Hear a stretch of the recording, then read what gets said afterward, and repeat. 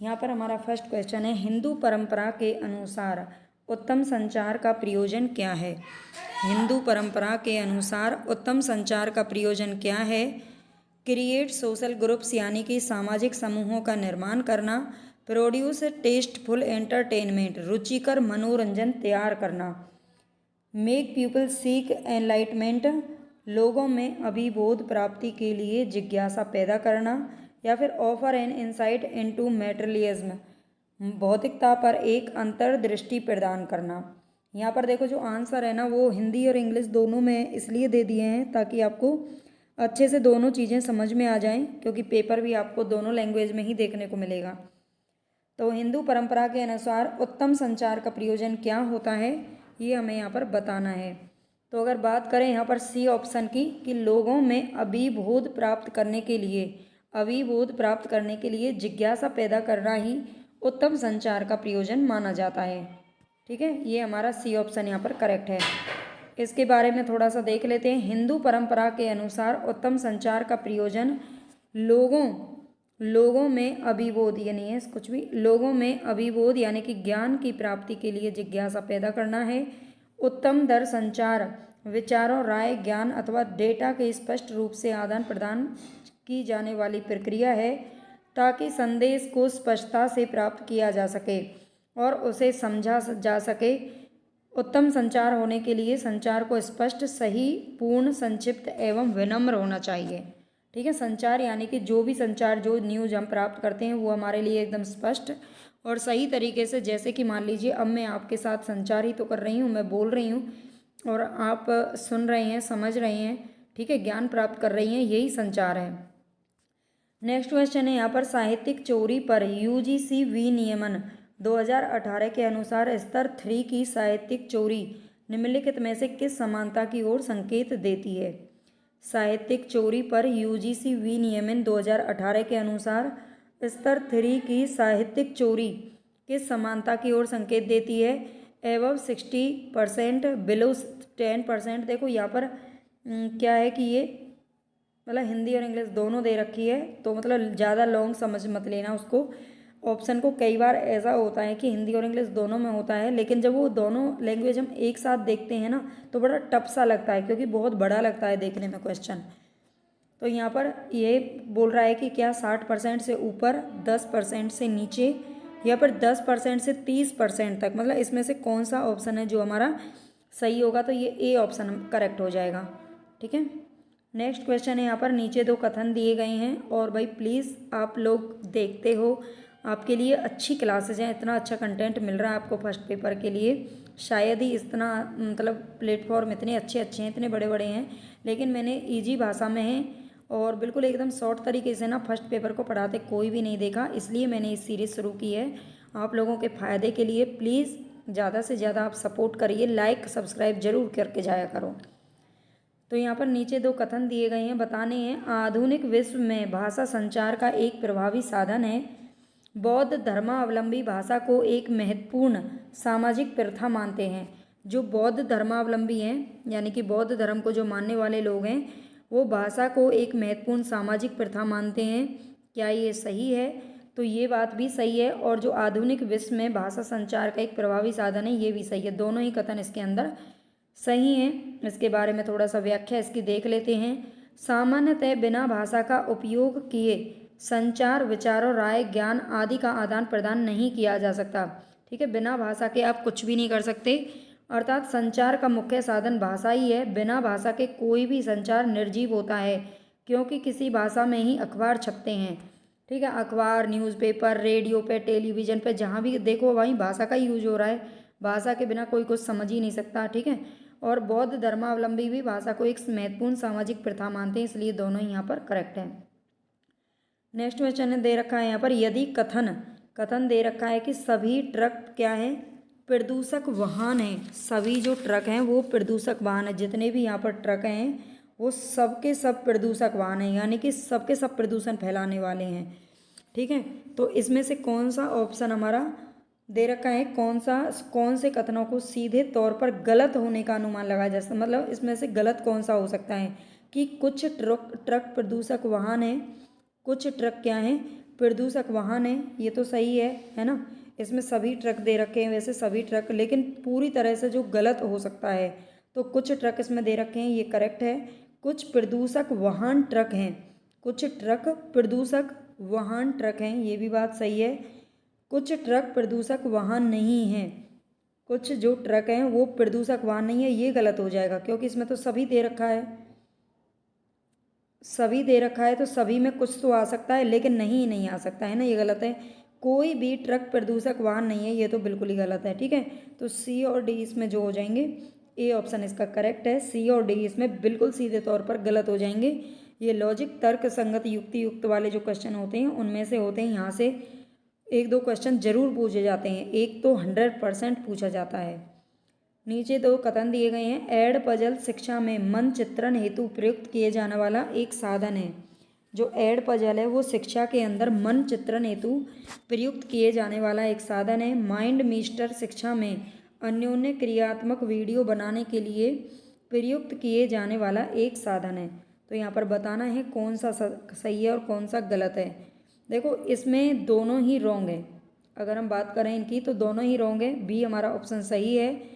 ठीक है, जो एड पजल है वो शिक्षा में चलो इसकी व्याख्या दे रखी है, वहीं से हम समझ लेंगे इसको। एड पजल एक डिजिटल उपकरण होता है जो शिक्षकों को ऑनलाइन एवं असंख्य गुणवत्ता वाले वीडियो बनाने का लाभ उठाने में मदद करता है।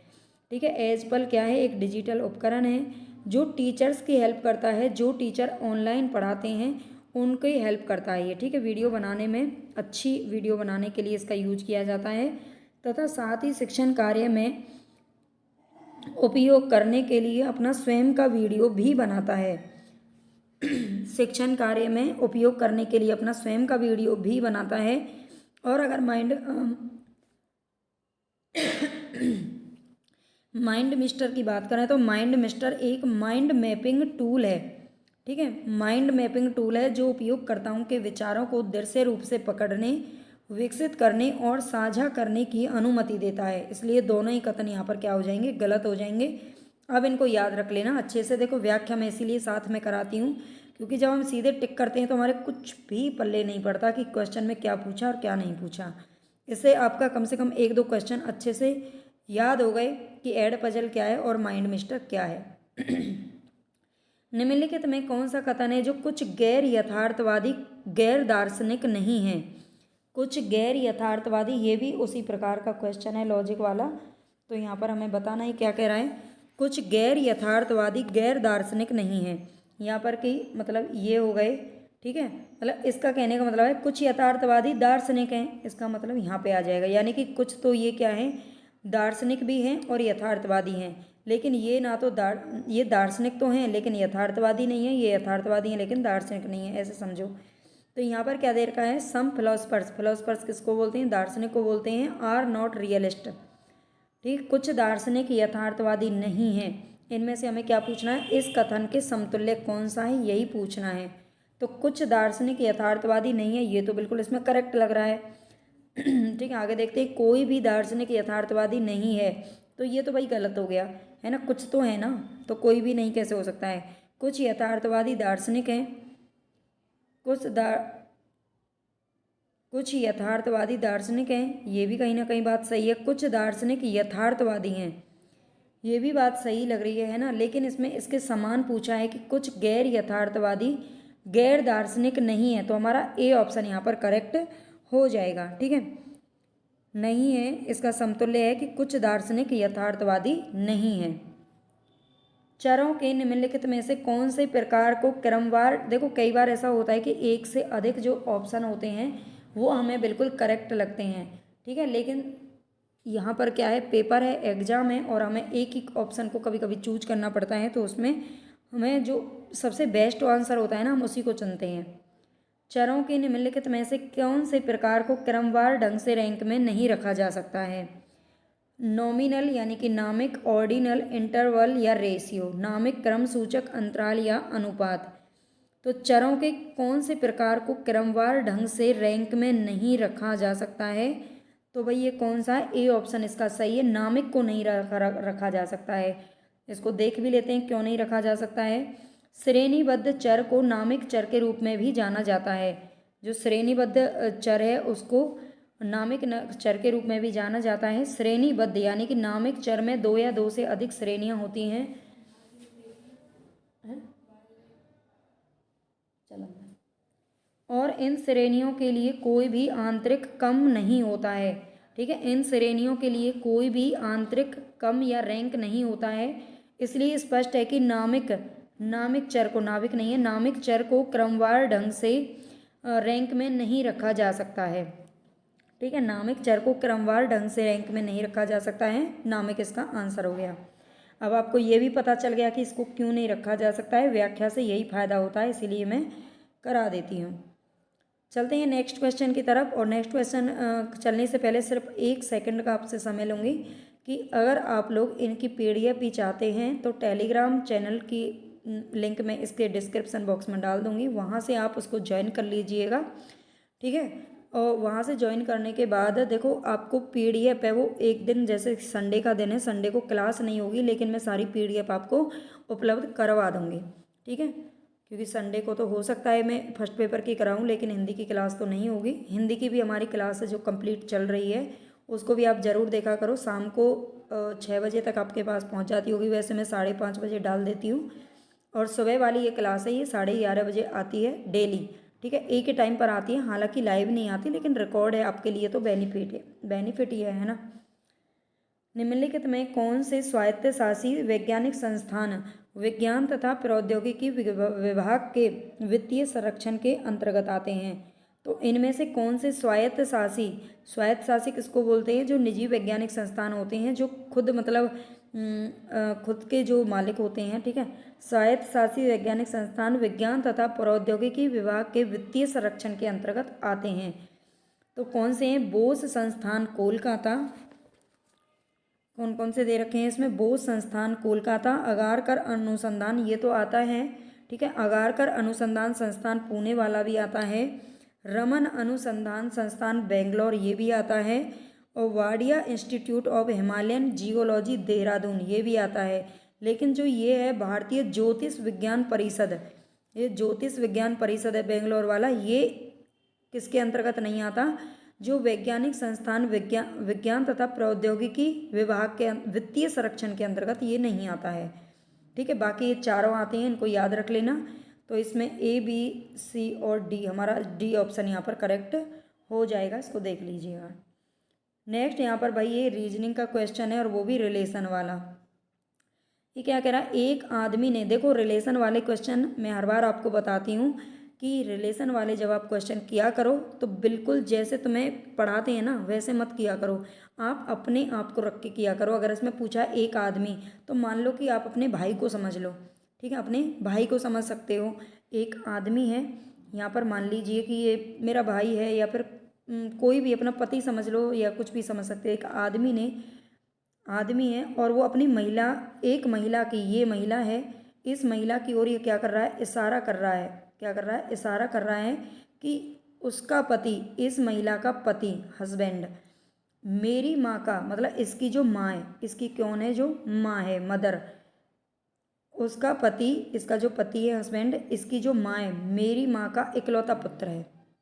मतलब ये आदमी, इस आदमी की माँ है, मान लीजिए कि ये मेरा भाई है, और ये इसकी जो माँ है वो मेरी माँ हो गई।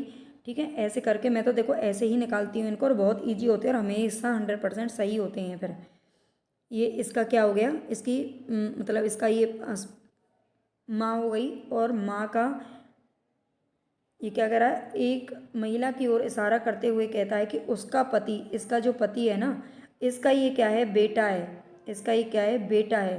ठीक है, ये इसका बेटा है, इसकी माँ का। उसका पति मेरी माँ का इकलौता पुत्र है। आदमी का उस महिला से क्या संबंध है? उसका जो पति है, मेरी माँ का क्या है? इकलौता पुत्र है। तो इसमें आंसर क्या आ जाएगा? देखो, ये जो पत्नी है, सीधी सी बात है, ये महिला है कोई, और ये कौन है? आदमी है। और आदमी इसकी तरफ इशारा कर रहा है कि इसका जो हस्बैंड है वो मतलब मेरी माँ का इकलौता पुत्र है। तो सीधी सी बात है, आदमी का उस महिला से कैसा संबंध हो जाएगा? भाई वो उसका पति है, ये इसका पति है। ठीक है, क्योंकि उसकी माँ का इकलौता पुत्र है, इसका मतलब तो यही है ना। ठीक है, उस महिला की तरफ वो इशारा कर रहा है तो वो उसका क्या हो गया, पति हो गया। वह आदमी उस महिला का पति हो गया। आई होप आपको शायद समझ में आ गया हो, नहीं आया हो ना तो ऐसे क्वेश्चन आते हैं, वो आप निकाल के देख लेना कैसे आप निकालते हो। मतलब ऐसे निकालती हूँ, मान लीजिए कि हो सकता है मेरा ही हस्बैंड है, वो मेरी तरफ इशारा कर रहा है और वो क्या कह रहा है कि जो इसका पति, इस महिला का पति ये है और मेरी माँ का इकलौता मैं पुत्र हूँ। ठीक है, ऐसे निकाल लो। भारतीय विश्वविद्यालय अधिनियम, भारतीय विश्वविद्यालय अधिनियम 1904 किस वायसराय के काल में पारित किया गया था? भारतीय विश्वविद्यालय अधिनियम 1904 किस वायसराय के काल में किया गया था? तो देखो आप 1904 में 1905 से याद रख सकते हो, बंग वंग मतलब बंग आंदोलन चला था या बंग वंग विभाजन हुआ था। ठीक है, बंग भंग आंदोलन भी चला था और बंगाल का विभाजन 1905 में हुआ था। किसके द्वारा हुआ था? तो ये लॉर्ड कर्जन के द्वारा हुआ था। ठीक है, कर्जन ने किया था और जाहिर सी बात है 1904 में भी वही था, उसके काल में ही भारतीय विश्वविद्यालय अधिनियम नियम भी लागू हुआ था। ठीक है, ये थोड़ा सा इतिहास से जोड़ लिया करो इस टाइप के क्वेश्चन को। इसको एक बार पढ़ लेते हैं, ये लास्ट क्वेश्चन है, भागना नहीं है। प्लीज़ लाइक और सब्सक्राइब करके जाना। ठीक है, ये आपको मतलब हो सकता है, देखो इतनी मेहनत हम कर रही हैं उसके लिए ही कम से कम एक लाइक सब्सक्राइब कर दिया करो। भारतीय विश्वविद्यालय अधिनियम वर्ष 1904 में लॉर्ड कर्जन के काल में पारित किया गया था। यह 21 मार्च वर्ष 1904 को लागू हुआ था। 21 मार्च को लागू हुआ था, ये भी ध्यान रख लेना। यह अधिनियम भारत में विश्वविद्यालयी शिक्षा की स्थिति में सुधार करने के उद्देश्य से पारित किया गया था। इसने सभी विश्वविद्यालयों को ब्रिटिश सरकार के नियंत्रण में लाने का काम किया। भारतीय विश्वविद्यालय अधिनियम 1904 विश्वविद्यालयों को अपनी निजी शिक्षण पद्धतियों और अन्य गतिविधियों को संचालित करने की शक्ति प्रदान करता है। आई होप आपको पसंद आई होगी क्लास। पसंद आई हो तो लाइक जरूर कर देना, सब्सक्राइब कर लेना चैनल को और शेयर कर देना।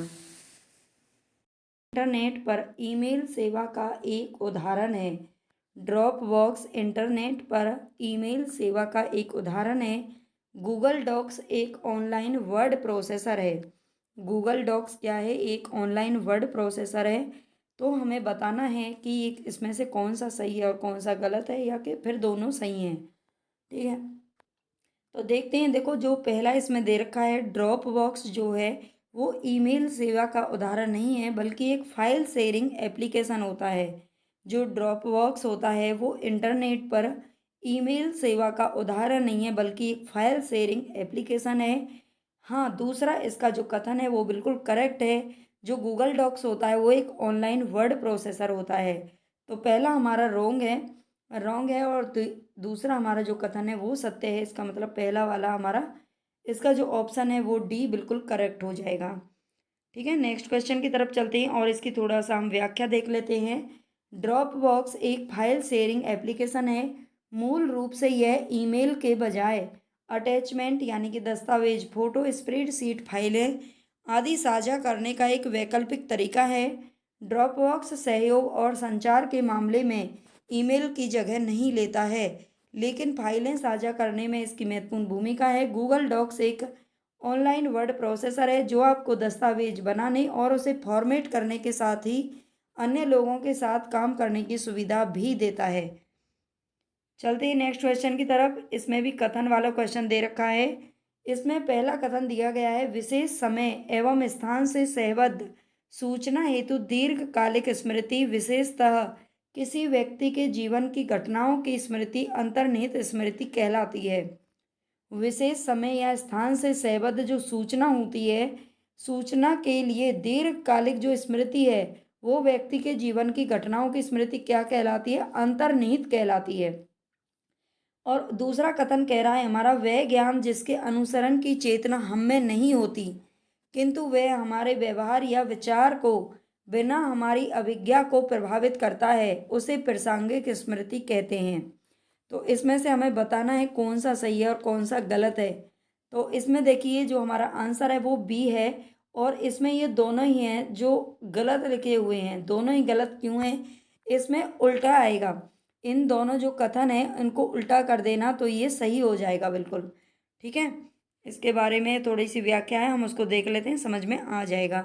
मानव स्मृति की मनोवैज्ञानिक जांच परंपरागत रूप से विशिष्ट तथ्यों और प्रकरणों के लिए सचेत स्मरण या स्पष्ट स्मृति से संबंधित रही है।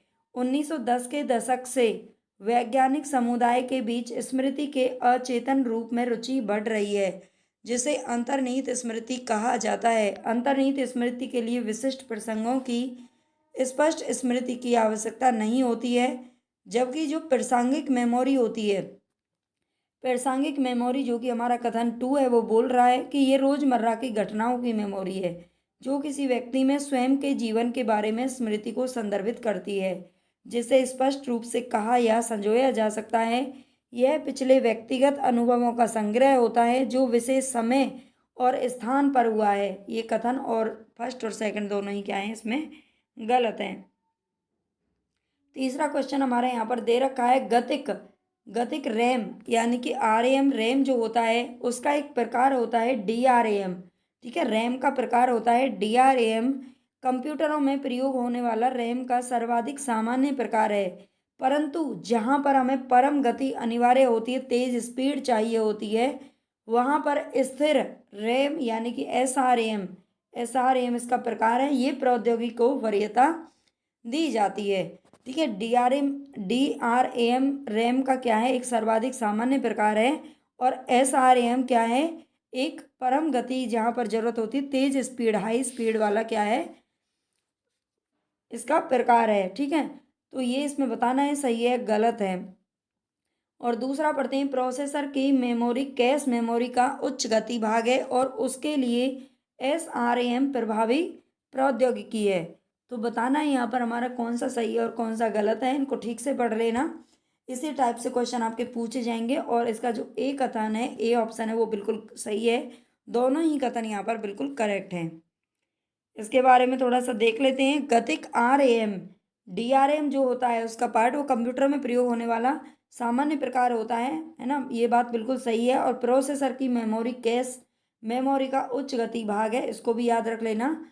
कैश मेमोरी एक चिप आधारित कंप्यूटर घटक है जो कंप्यूटर की मेमोरी से डेटा पुनर्प्राप्त करने को अधिक कुशल बनाता है। ठीक है, तो ये ध्यान रख लेना। नेक्स्ट क्वेश्चन है यहाँ पर तर्क दोष वाला है। निम्नलिखित युक्ति में कौन सा अकारिक दोष है? कोई भी राजनीतिक मूर्ख नहीं होता है, कुछ मतदाता मूर्ख नहीं होते हैं, इसलिए कुछ मतदाता राजनीतिक नहीं होते हैं। ये कह रहा है ये राजनीतिक है ना, और ये है मूर्ख। ये कोई भी राजनीतिक मूर्ख नहीं है। कुछ मतदाता ये है मतदाता, लेकिन जो कुछ मतदाता है वो क्या होते हैं, मूर्ख नहीं होते हैं, जबकि कुछ मतदाता क्या होते हैं, मूर्ख होते हैं। ये इसका मतलब मूर्ख हो गया। ठीक है, हमारे पास देखो इसको भी आप कर सकते हो, ये मूर्ख दे रखे हैं और मूर्ख में कुछ मतदाता मूर्ख होते हैं, कुछ नहीं होते हैं, इसलिए ही कुछ मतदाता क्या होते हैं, राजनीतिज्ञ नहीं है। इसमें कौन सा दोष है जो दे रखा है, हमें दोष छांटना है। तो देखिए यहाँ पर हमारा जो ए ऑप्शन है वो करेक्ट हो जाएगा, व्यावर्तक आधार वाक्य। ठीक है, व्यावर्तक आधार वाक्य यानी कि एक्सक्लूसिव परमिसेस। नेक्स्ट क्वेश्चन है यहाँ पर हमारा कथन वाला है, ये भी इसी प्रकार के क्वेश्चन आपके आएंगे, इनको करने की आदत डाल लीजिए। इनको ज़्यादा से ज़्यादा PYQ करेंगे तो आपका पेपर करना इजी हो जाएगा, क्योंकि जो फर्स्ट पेपर है बहुत बार बच्चे उसी की वजह से रह जाते हैं, क्योंकि उसकी वो कम तैयारी करते हैं, उन्हें ऐसा लगता है सब्जेक्ट करने से हो जाएगा पास, जबकि ऐसा कुछ नहीं होता है। इसमें भी हमें 33 नंबर लेके आने होते हैं, 33%।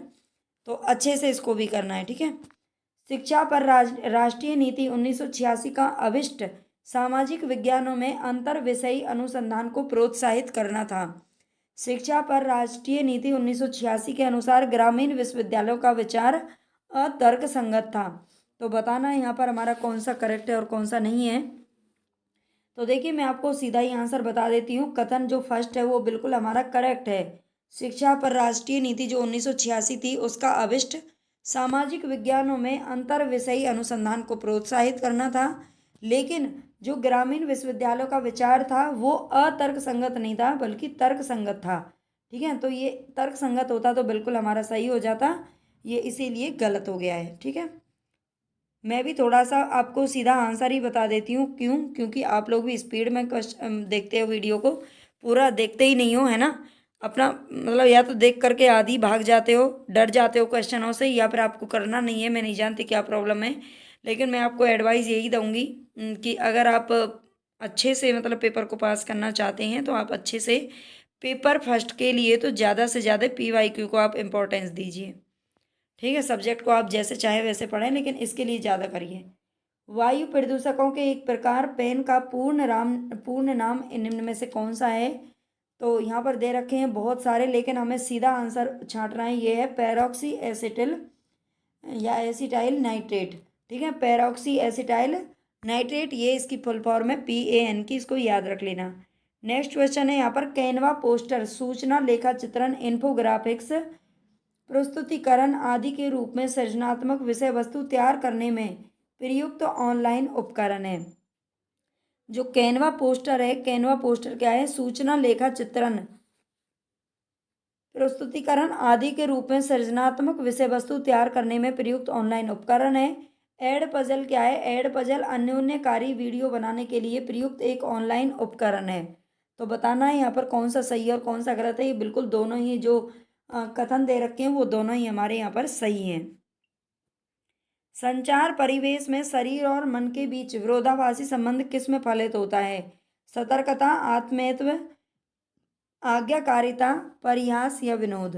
तो ये होता है हुमर यानी कि परिहास के अंदर।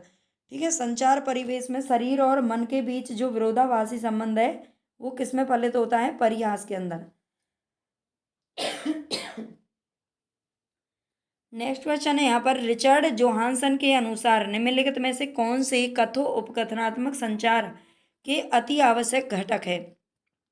रिचर्ड जोहानसन के अनुसार निम्नलिखित में से कौन से कथो कथनात्मक संचार के अति आवश्यक घटक हैं? सुखद अभिवादन का दिखावा, दूसरों के प्रति तत्वबोधक आत्मीयता, तदनुभूतिक बोध, परस्पर समत्व का भाव या दूसरों के प्रति सकारात्मक सम्मान।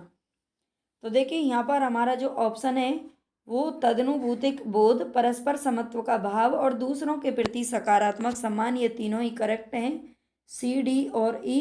सुखद अभिवादन का जो दिखावा है वो गलत है, हमें कभी भी दिखावा तो करना ही नहीं चाहिए किसी भी चीज़ में। और दूसरों के प्रति तत्वबोधक जो आत्मीयता है वो भी गलत है। ठीक है, दोनों हमारे यहाँ पर सही हैं। तो C, D, E इसका C ऑप्शन सही हो जाएगा, देख लेना। नेक्स्ट क्वेश्चन है यहाँ पर हमारा 10। कथन फर्स्ट दे रखा है, प्रतिनिध्यात्मक अनुसंधान में अनुसंधानकर्ता अलग अलग समय पर उसी जनसंख्या का प्रति अध्ययन करता है। ठीक है, प्रतिनिध्यात्मक जो अनुसंधान होता है उसके अंदर कह रहा है कि जो अनुसंधान करता है वो अलग अलग समय पर उसी जनसंख्या का अध्ययन करता है। भूतलक्षी अध्ययन में अनुसंधानकर्ता लोगों की अतीत की स्मृतियों एवं अनुस्मरणों पर निर्भर रहता है। तो बताना है इसमें से कौन सा सही है और कौन सा नहीं है। तो देखिए इसका जो फर्स्ट है, फर्स्ट बिल्कुल रॉन्ग है, लेकिन जो सेकंड है ना वो सही है। D ऑप्शन हमारे यहाँ पर करेक्ट है। ये कह रहा है कि प्रतिनिध्यात्मक जो अनुसंधान होता है उसमें अनुसंधान विभिन्न मतलब लंबे समय तक अलग अलग समय पर जो वो अध्ययन करता है, लंबे समय तक अध्ययन करता है, तो क्या करता है एक ही समय में विभिन्न आयु के बालकों का अध्ययन करता है। ठीक है, विभिन्न आयु के बालकों को बिठा लेता है और उन सबका अध्ययन एक साथ करता है, लेकिन थोड़े लंबे समय तक चलता है ये अध्ययन उसका। और भूतलक्षी में बिल्कुल सही है, लोगों की अतीत की स्मृतियों अनुस्मरणों पर निर्भर रहता है। 11 क्वेश्चन है हमारे यहाँ पर, डॉक्टर B.R. अम्बेडकर निम्नलिखित से संबंध है। जो डॉक्टर B.R. अम्बेडकर थे वो किस किस कॉलेज से संबंध थे, तो इनके बारे में बताना है। यहाँ पर हमारे दे रखे हैं, Elphinstone college Mumbai, Khalsa college Mumbai, Milind college Aurangabad, Siddharth college Mumbai, Fergusson college Pune. तो इनमें से कौन सा हमारा सही होगा? देखो जो डॉक्टर B.R. अम्बेडकर थे, भीमराव अम्बेडकर का नाम सभी ने सुन रखा होगा, है ना। कहा जाता है, मतलब कहा क्या जाता है यही है कि वैसे तो उन्होंने अपने हाथ से नहीं लिखा था, लेकिन जो संविधान लिखा है वो उन्हीं के ही इशारों पर लिखा गया है। उन्होंने ही सबसे ज़्यादा अपना घूम घूम करके इकट्ठा किया था मैटर। और उनके पास 32 डिग्री थी, ये भी बोला जाता है ना। 32 डिग्री लेना कोई मामूली बात नहीं है। तो बहुत सारे कॉलेजों से इनका संबंध रहा होगा, जाहिर सी बात है। तो एल्फिंस्टन कॉलेज मुंबई से भी रहा है, खालसा कॉलेज से भी रहा है, मिलिंद कॉलेज से भी रहा है और सिद्धार्थ कॉलेज से भी रहा है। अब हम ऑप्शन की अगर बात करें तो A ऑप्शन हमारा सही होगा, लेकिन इसमें हमारा D भी आएगा। ठीक है, ये ऑप्शन है इसका सारे के सारे क्या थे? रॉन्ग थे। तो यहाँ पर हमें सही लगा लेना है। नेक्स्ट क्वेश्चन है यहाँ पर, नई राष्ट्रीय शिक्षा नीति 2020 के अंतर्गत निम्नलिखित में से शिक्षा के किन मौलिक सिद्धांतों को रेखांकित किया गया है? शिक्षा के किन मौलिक सिद्धांतों को रेखांकित किया गया है ये बताना है। मौलिक अधिकार के रूप में उच्चतर शिक्षा, बहुविषयकता और समग्र शिक्षा, उच्चतर शिक्षा के भाग के रूप में उत्कृष्ट अनुसंधान या शिक्षण और अधिगम में बहुभाषावाद को प्रोत्साहन, अन्य ज्ञान आयोग की स्थापना। इनमें से कौन सा हमारा करेक्ट होगा? तो बी ऑप्शन हमारा करेक्ट है, बी, सी और डी सही है, बी, सी और डी। देखो, मौलिक अधिकार के रूप में उच्चतर शिक्षा की बात ये नहीं करती है जो कि 2020 की शिक्षा नीति है। बहुविषयकता और समग्र शिक्षा की बात यहाँ पर बिल्कुल खुले मतलब की गई है बहुत अच्छे से। उच्चतर शिक्षा के भाग के रूप में उत्कृष्ट अनुसंधान की बात की गई है। शिक्षण और अधिगम में बहुभाषावाद को प्रोत्साहन दिया जाना चाहिए। अन्य ज्ञान आयोग की स्थापना करने की ये बात नहीं करता है। नेक्स्ट क्वेश्चन है, निम्न सौर ऊर्जा संग्रहण प्रणालियों से किस प्रणाली में ऊष्मा ऊर्जा के भंडारण के लिए लवण प्रवणता की संकल्पना का प्रयोग किया जाता है? इसका आंसर जानने से पहले मैं आप सभी से रिक्वेस्ट करती हूँ, प्लीज़ जिन्होंने भी चैनल को सब्सक्राइब नहीं किया है ज़रूर कर लीजिए, अभी कर लीजिए। बस आपको एक बटन प्रेस करना है, लाइक कर दीजिए और कमेंट करके मुझे आप ज़रूर बताया करें कि आपको क्लास कैसी लगी है, मेरी मेहनत कैसी लगी है। मैं इतनी मेहनत कर रही हूँ आप लोगों के लिए, है ना। आप लोगों के लिए भी, देखो अपने लिए भी, सीधी सी बात है, कलयुग का ज़माना है। कोई भी काम, हर काम कोई भी दूसरों के लिए नहीं करता है, कहीं ना कहीं अपना भी फ़ायदा होता है। तो प्लीज़ आप देखिए, मैं आपके लिए इतनी मेहनत कर रही हूँ तो आप भी मेरे लिए बस थोड़ी सी मेहनत कर दीजिए। एक लाइक, सब्सक्राइब और शेयर, बस ये 3 काम आपको करने हैं। तो इतना मेरे लिए आप कर दीजिए, ठीक है। हम नेक्स्ट क्वेश्चन इसका जानते हैं और डेली आप इस क्लास को देखिए ताकि आपकी अच्छे से तैयारी हो जाए। पेपरों तक ये कंटिन्यूस चलती रहेगी। ऊष्मा ऊर्जा के भंडारण के लिए लवण प्रवणता की संकल्पना का प्रयोग किसमें किया जाता है? सौर ताप संग्रह, सौर तेल या सौर सेल है, सॉरी, सौर सेल, सौर ताल या फिर सौर भट्टी। तो यहाँ पर हमारा सी ऑप्शन बिल्कुल करेक्ट है, ये है सोलर पांड, ठीक है, सोलर पाउंड यानी कि सौर ताल। नेक्स्ट क्वेश्चन है यहाँ पर, निम्नलिखित शब्द समूहों को वस्तुवर्थ के आरोही क्रम में व्यवस्थित करना है। ये शब्द समूह जो दे रखे हैं इनको आरोही क्रम में लगाना है, यानी कि पहले सबसे छोटा, फिर उससे बड़ा, फिर उससे बड़ा, फिर उससे बड़ा, ठीक है। आरोही का मतलब होता है बढ़ना, यानी कि इंक्रीजिंग लेटर। तो बताना है यहाँ पर आरोही क्रम में कैसे लगाएंगे। देखिए, स्तनपायी, वन बिलाव, विडाल पशु या कशेरुकी, इनमें से सबसे पहले आएगा हमारा वन बिलाव। क्या आएगा? वन बिलाव, है ना। ये हमारा बी ऑप्शन सही है और बी हमारा एक ही में है शुरू में, वन बिलाव आएगा। फिर सी विडाल, फिर ए स्तनपायी, फिर ई कशेरुकी और फिर पशु आते हैं, ठीक है। ये इनका क्या है? आरोही क्रम है, भी हमारा यहाँ पर सही है। नेक्स्ट क्वेश्चन है यहाँ पर, किशोरों के मानसिक विकास के अभिलक्षण निम्नलिखित में से कौन कौन से हैं? 15वां क्वेश्चन दे रखा है यहाँ पर, किशोरों के मानसिक विकास के अभिलक्षण कौन कौन से हैं? तथ्यों को सामान्यीकृत करने के लिए वर्धित अभिक्षमता। देखो, वर्धित अभिक्षमता तो बिल्कुल होती है, तथ्य जहाँ पर वर्धित का मतलब है बढ़ती हुई अभिक्षमता बिल्कुल होती है ना। स्मृति एवं कल्पनाशीलता का विकास बिल्कुल होता है। जो किशोर बच्चे होते हैं, 12-13 साल की उम्र से ये उम्र शुरू होती है और 17-18 साल तक का जो बच्चा होता है ना, वो किशोर कहलाता है। और किशोर में क्या करते हैं, मतलब बच्चों की जो कल्पना है, स्मृति है, उनकी तार्किक क्षमता है, ये सबसे ज़्यादा एकदम अपनी चरम सीमा पर होती है। उनके दिमाग का जो विकास है वो फुल 100% हो चुका होता है, ठीक है। तो उनकी जो चीज़ें हैं वो बढ़ती हैं, उनकी चिंताएं बढ़ती हैं, उनकी मतलब सारी चीज़ें ना बढ़ती चली जाती हैं। वो अपने आप से कहीं ना कहीं एक संघर्ष सा करते रहते हैं और अपने घर वालों के साथ भी। तो तथ्यों को सामान्यीकृत करने के लिए उनकी अभिक्षमता बढ़ जाती है, स्मृति और कल्पनाशीलता का विकास हो जाता है। संक्षेपीकरण से संबंधित हासित अभिक्षमता, हासित की तो कोई बात ही नहीं है।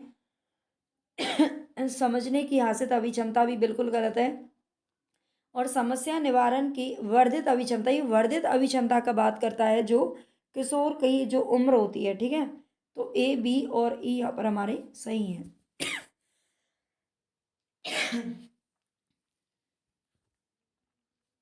तो भाई प्लीज़, अगर आपको क्लास अच्छी लगी है तो लाइक ज़रूर करना, कमेंट करके बताना आपको क्लास कैसी लगी।